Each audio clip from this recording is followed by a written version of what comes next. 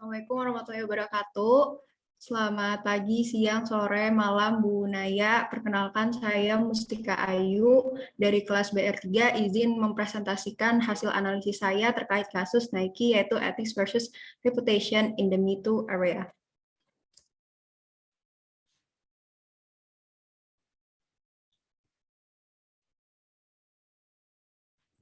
Adapun beberapa pembahasan yang akan saya sampaikan pada presentasi kali ini yaitu profil perusahaan dari Nike itu sendiri, kemudian rumusan masalah atau kasus yang akan disampaikan, dan analisis masalah menggunakan fishbone diagram dan juga empathy map, sekaligus analisis solusi menggunakan Double Diamond Framework. Nah, profil perusahaan dari Nike itu sendiri. Jadi Nike itu merupakan salah satu perusahaan sepatu, pakaian, dan juga alat-alat olahraga yang berbasis di Amerika Serikat yang merupakan salah satu terbesar di dunia pada industrinya itu sendiri. Nah, industrinya itu bergerak di bidang perlengkapan olahraga. Kantor pusatnya itu berbasis di Oregon, Amerika Serikat, dan produk yang ditawarkan yaitu sepatu atlet, pakaian, perlengkapan olahraga, dan juga aksesoris olahraga. Berikut situs resmi dari perusahaan itu sendiri. Selanjutnya adalah rumusan permasalahan yang akan dibawakan, yaitu pada tahun 2017 terdapat permasalahan pada perusahaan Nike, yaitu beberapa eksekutif senior perempuan yang bekerja di Nike itu mengundurkan diri karena kasus pelecehan seksual dan juga diskriminasi yang terjadi di tempat kerjanya. Dalam pendalaman kasus tersebut dilakukan pula survei internal karyawan Nike itu sendiri yang menunjukkan bahwa sebagian besar mengalami dan mengeluhkan tindakan diskriminasi gender dan juga pelecehan seksual yang terjadi di lingkungan perusahaan ini.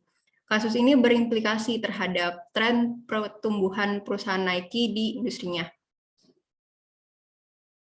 Nah, analisis masalah menggunakan fishbone diagram.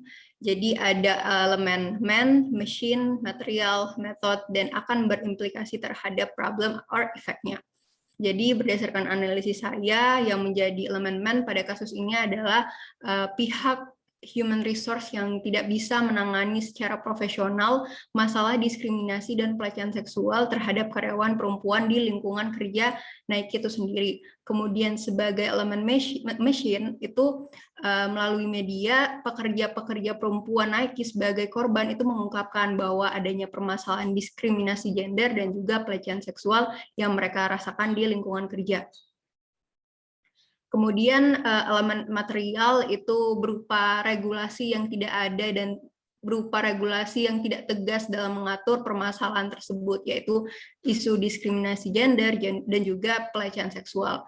Kemudian elemen metode dalam kasus ini yaitu diadakan survei internal oleh salah satu pekerja perempuan yang menjadi korban dalam kasus pelecehan seksual dan diskriminasi di lingkungan perusahaan Nike itu sendiri.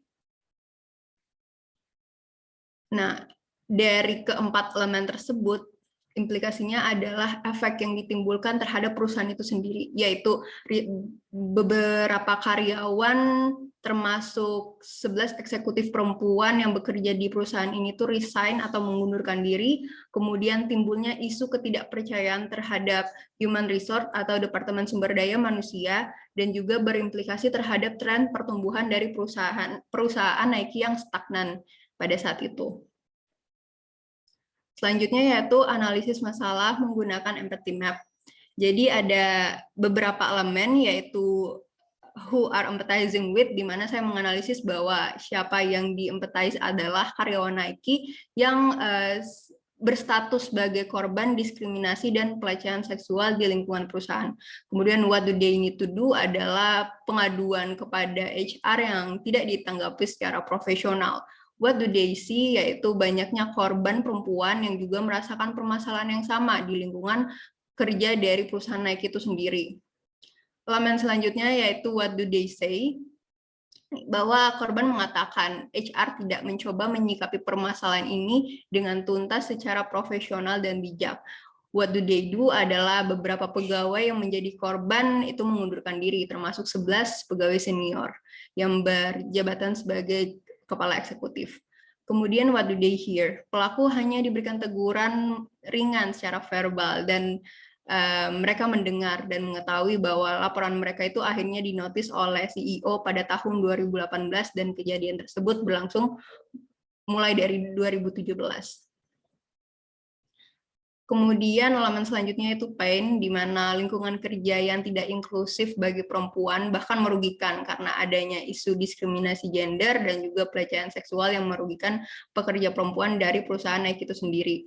Dan elemen gain yaitu dengan adanya kasus ini, perusahaan itu menjadi lebih berhati-hati lagi terhadap permasalahan internalnya dan akan lebih sigap dan solutif terhadap komplain dari pegawai karena ini tentu saja akan mempengaruhi citra dari perusahaan itu sendiri di industrinya. Kemudian dari kedua analisis permasalahan menggunakan fishbone diagram dan juga empathy map, ada pula analisis solusi yang menggunakan double diamond framework, di mana ada 4 tahap, yaitu discover, define, develop, dan juga deliver. Discover. Dari elemen discover ini saya menguraikan 3 poin. Yang pertama, bahwa ditemukan rumusan permasalahan dimulai dengan adanya 11 pegawai eksekutif wanita yang mengundurkan diri, kemudian munculnya isu diskriminasi gender dan juga pelecehan seksual terhadap perempuan di lingkungan kerja Nike, dan juga Departemen HR atau sumber daya manusia yang tidak menangani secara bijak keluhan atau permasalahan yang dikomplain oleh pegawai perempuan itu sendiri. Kemudian tahap define, untuk merumuskan lebih spesifik dari permasalahan yang ada. Saya merumuskan Departemen HR itu tidak menindaklanjuti secara profesional isu diskriminasi gender dan pelecehan seksual yang diadukan atau diajukan oleh pegawai perempuan tersebut sebagai permasalahan spesifiknya. Nah, kemudian masuk ke dalam framework solusi, mulai dari tahap develop, yaitu poin pertama, melakukan penyelidikan lanjutan internal terkait laporan yang diajukan oleh para pegawai perempuan. Dan poin yang kedua, yaitu membentuk sistem pengaduan dan evaluasi secara umum bagi pekerja dan secara khusus terhadap kinerja departemen-departemen yang ada di perusahaan Nike.